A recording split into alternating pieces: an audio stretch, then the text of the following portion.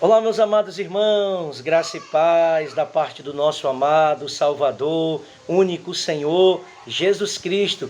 Tudo bom com vocês? Uma boa noite. Nós estamos aqui para mais uma devocional, isso mesmo, trazendo reflexões da Santa Palavra de Deus para a nossa edificação espiritual. Todos os dias, as nossas devocionais, porque nós, cristãos, precisamos todos os dias manter a nossa comunhão com o Senhor, através da meditação das Escrituras, através da oração, e é muito bom poder estar aqui com vocês e compartilhar com vocês uma porção da Palavra de Deus que nos confronta, que nos repreende, que nos exorta, que alimenta a nossa alma e nos ajuda a tratar o nosso caráter à luz da Escritura, para que possamos andar em obediência ao Senhor e aprender com os princípios da Santa Palavra de Deus. Então nós estamos aqui nas nossas devocionais, estamos aprendendo lições preciosíssimas, muito relevantes sobre a vida de José, suas qualidades, suas características, todas as fases da vida de José, tudo que ele enfrentou e de que forma ele enfrentou, que exemplo José é para nós, para esta geração de cristãos nos dias de hoje, e como nós podemos aplicar também ao exemplo de Cristo Jesus, que é muito superior ao exemplo de José, ele que foi o homem perfeito, que também resistiu às tentações, foi vendido, foi crucificado, levou sobre si os nossos pecados, mas foi fiel, foi obediente, e agora ele está assentado no trono de todo o poder, de toda a glória, de toda a majestade, a ele todo o louvor. Então a palavra de Deus traz lições preciosas para nós, e as nossas devocionais 365 dias com Deus.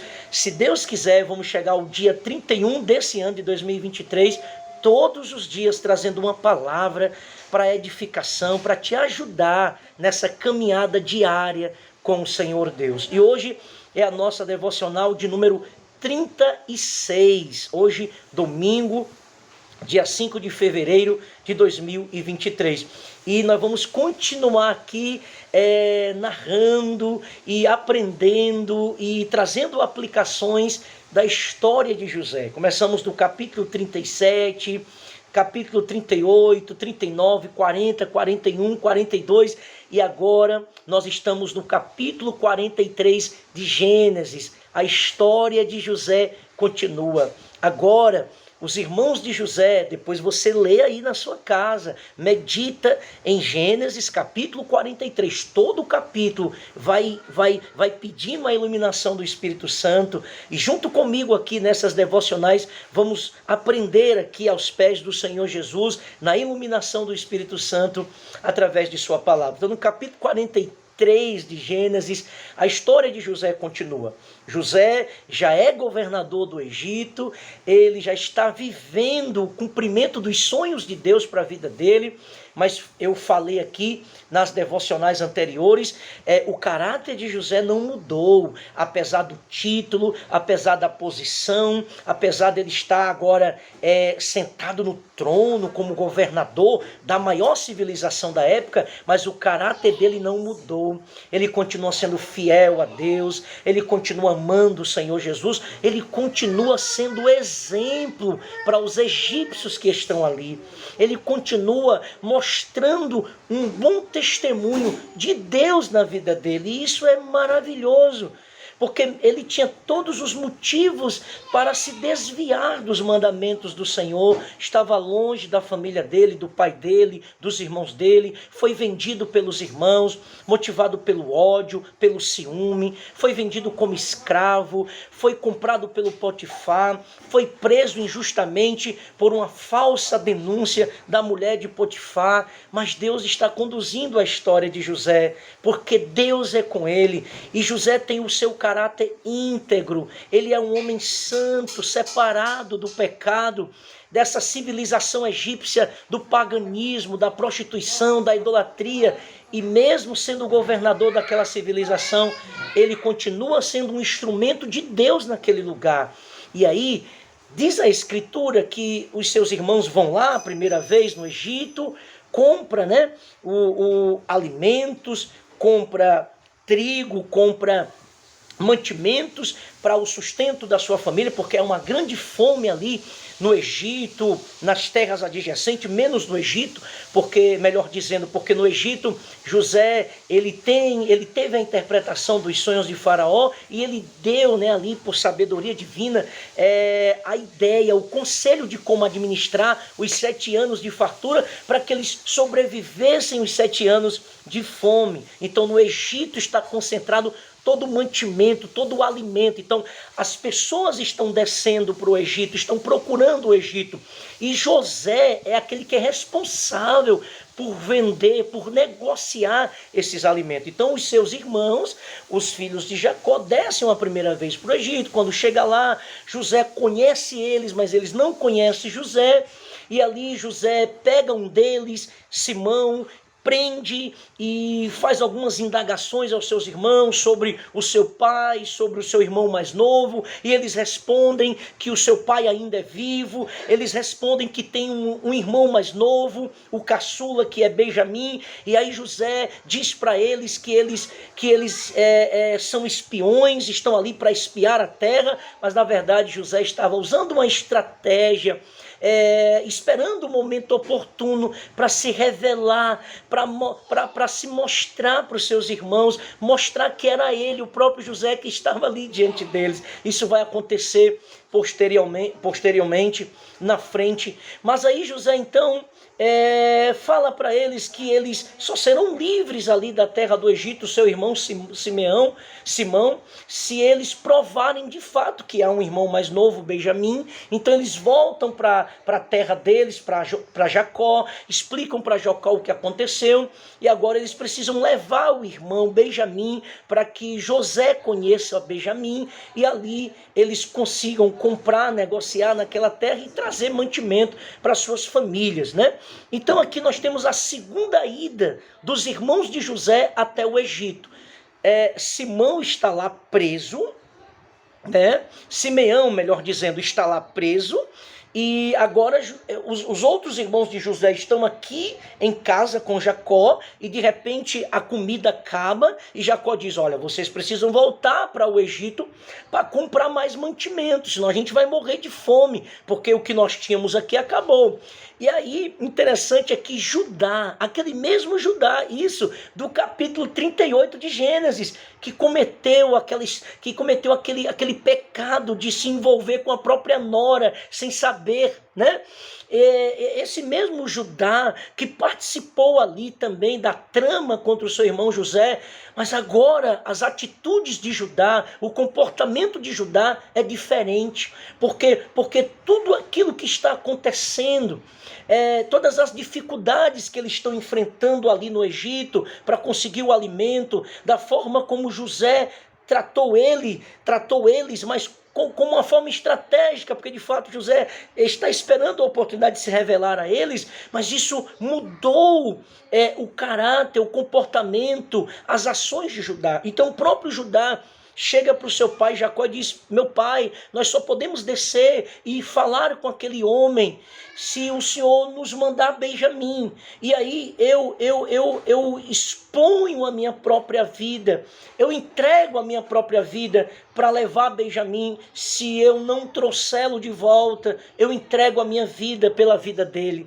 Olha que agora Judá está mais cuidadoso, Judá, melhor dizendo, está se preocupando com o próximo, está agindo de maneira diferente, porque algo aconteceu no coração dele, porque tudo aquilo que está acontecendo ali tem uma providência de Deus. Deus está tratando também os irmãos de José e mostrando para eles o pecado deles e ao mesmo tempo chamando eles ao arrependimento. Então eles descem ali com Benjamim, E aí, o capítulo 43, eles vão ser convidados por José para sentar na mesa para um banquete que vai ser exatamente a ocasião em que José vai se revelar. Mas eu lhe faço uma pergunta: você chamaria para comer na sua mesa, para comer o melhor do seu alimento, sentar na mesa que é símbolo de comunhão, de confraternização, de amor, de perdão, de companheirismo? Você chamaria alguém para sentar com você na sua casa, na sua mesa, para comer a sua comida? Alguém que tentou matar você?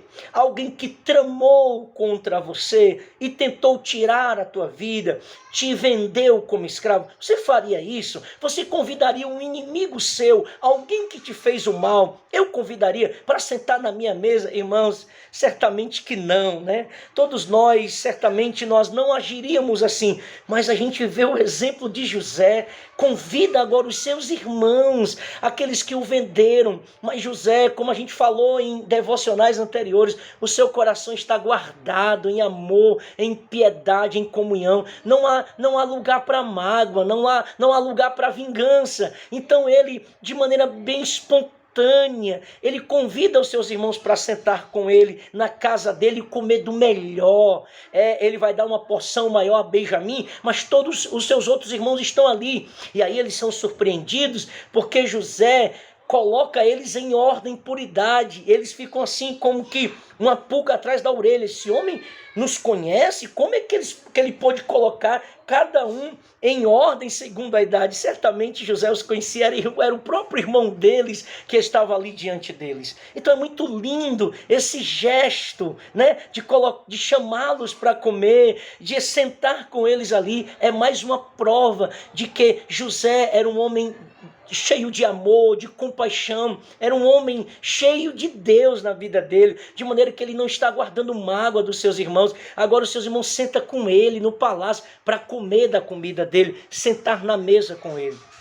Então, uma segunda viagem ao Egito para buscar os alimentos era necessário, e a condição era levar o irmão, né, caçula, e para que eles pudessem, então, ter ali a oportunidade de falar outra vez com José. E ali Jacó permite que eles levem, né, o Benjamim, né, e leva algumas iguarias, algumas coisas boas lá da terra deles para presentear José. Eles não sabiam que era José, presentear aquele homem, aquele governador, que era o próprio irmão dele, filho de Jacó.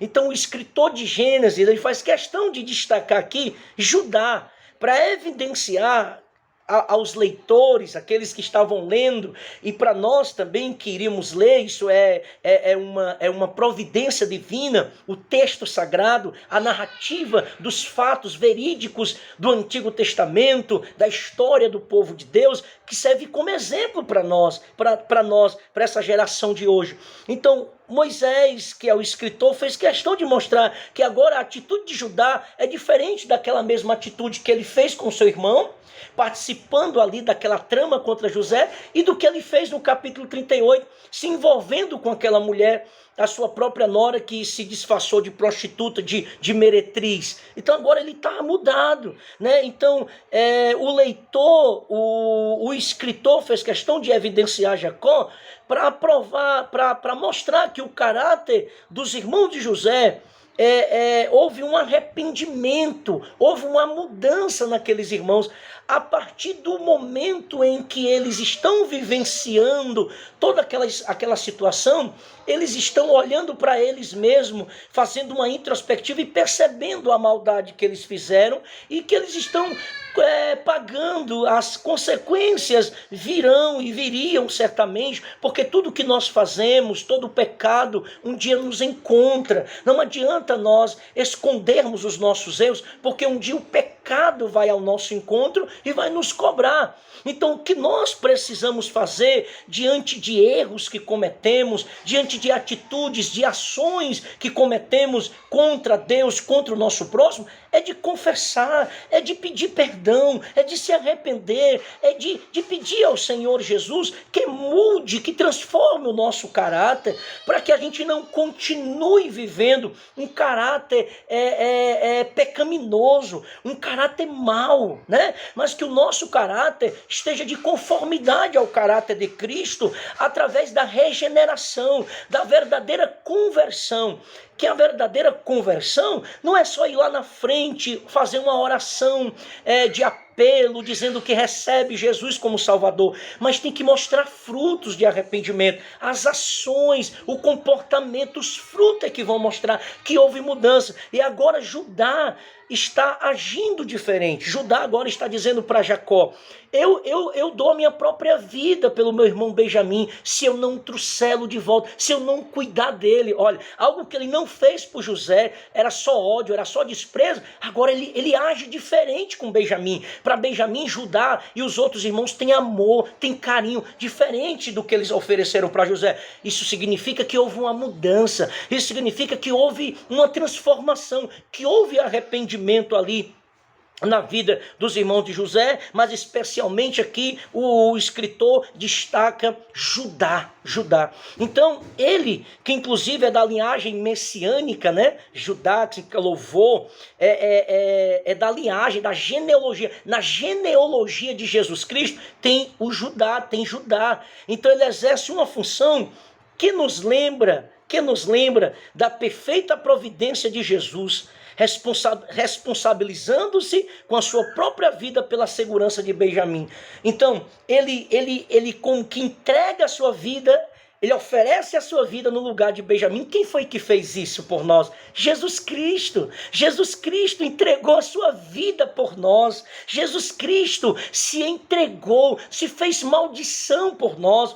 Foi imputado em Jesus o nosso pecado. O nosso pecado foi colocado sobre Jesus Cristo. Jesus Cristo sofreu toda a ira de Deus para que nós pudéssemos ter vida. Foi esse mesmo gesto que Judá fez, entregou, responsabilizou a sua vida pela vida de Benjamim. Isso nos mostra muito bem o que o Messias fez, o que Jesus Cristo fez por nós, se entregou no nosso lugar, num sacrifício substituto, vicário na cruz do Calvário. Ele morreu para que nós pudéssemos ter vida, e ele ressuscitou para que nós pudéssemos desfrutar da vida eterna que só Jesus Cristo pode nos dar. Ele é a vida. Então esse gesto de Judá nos traz essa reflexão sobre o que Cristo fez por nós, entregou a vida pelos seus filhos, pelos seus escolhidos, pelos seus eleitos. Então, eles descem ali para o Egito, e é interessante que quando eles chegam num palácio, quando eles são convidados para ir até a casa de José, um deles, conversando com o administrador ali da casa de José, e fala sobre o dinheiro, né? O dinheiro que voltou com eles lá da primeira vez que eles desceram para o Egito. Todo o dinheiro voltou. Eles ficaram com medo de alguém ter feito aquilo como uma forma de prendê-los ou até mesmo de matá-los. Eles imaginaram que poderia ter sido até o próprio governador ali no caso, José, que tramou, né, que deu um jeitinho de colocar o dinheiro ali nos animais, nas sacolas de mantimento, nos sacos de mantimento que eles estavam trazendo. Então eles quiseram se justificar para o administrador, para dar uma satisfação ao governador, ali no caso o seu próprio irmão José, que até então eles não sabiam. E é interessante o que o administrador vai falar para eles aqui, dizendo: fiquem tranquilos, dizendo para os irmãos de José, pois Deus é quem está no controle. Olha, o próprio administrador, esse conhecimento que esse administrador tem de Deus, partiu de quem? Ele viu na vida de quem? Evidentemente que eles viram em José. O próprio administrador está testemunhando de Deus, dizendo uma frase que a gente sempre usa aqui, um pagão dizendo: Deus está no controle, Deus está conduzindo a história de vocês, Deus trouxe vocês aqui, Deus está conduzindo a vida de vocês. Olha, irmão, um pagão está sendo instrumento de Deus para trazer uma palavra de conforto até para os irmãos de José, naquele momento que eles estavam preocupados com o dinheiro que havia voltado nas suas sacolas. Olha como é interessante como Deus usa situações e pessoas para nos trazer palavras que nos confronta e palavras que nos levam à reflexão. Naquele momento ali, os irmãos disseram: como é que esse homem conhece esse Deus? Como é que ele tem informação desse Deus? Ele via, o administrador via Deus na vida de José, na vida daquele governante, porque ele era fiel a Deus. Como Potifar viu Deus na vida dele, como o próprio faraó viu Deus na vida de José, como os carcereiros viram Deus na vida de José. Agora o administrador vê Deus na vida de José, e ele diz aos irmãos de José: fiquem tranquilos, Deus está no controle, não se preocupem, Deus está no comando de tudo. Então, quando José viu seus irmãos, em especial Benjamim, ele se emocionou profundamente, mostrando esse sentimento, esse amor que ele tinha para com seus irmãos, especialmente pelo aquele menino que ele não havia tido a oportunidade de conhecer, de vê-lo, porque com 17 anos ele já tinha sido vendido, já tinha sido levado para o Egito. E agora ele está vendo os seus irmãos ali, Benjamim. Então ele se emociona, ele chora profundamente. Depois ele se lava ali o rosto e volta para a sala de novo. E ali ele organiza os seus irmãos e dá para eles ali um banquete. E eles comem e eles ficam admirados de que forma eles estão sendo tratados ali no Egito, sem conhecer aquele homem. Mas depois ele vai se revelar. Então tudo isso, meus irmãos, quando José age dessa forma, isso é interessante, porque quantas vezes nós temos que lidar com pessoas que nos fazem mal, com pessoas que tramaram contra nós. Mas aí nós temos que entender que tudo faz parte de um projeto de Deus, e desde o começo eu estou falando, José sempre entendeu isso, que Deus estava no controle de todas as coisas.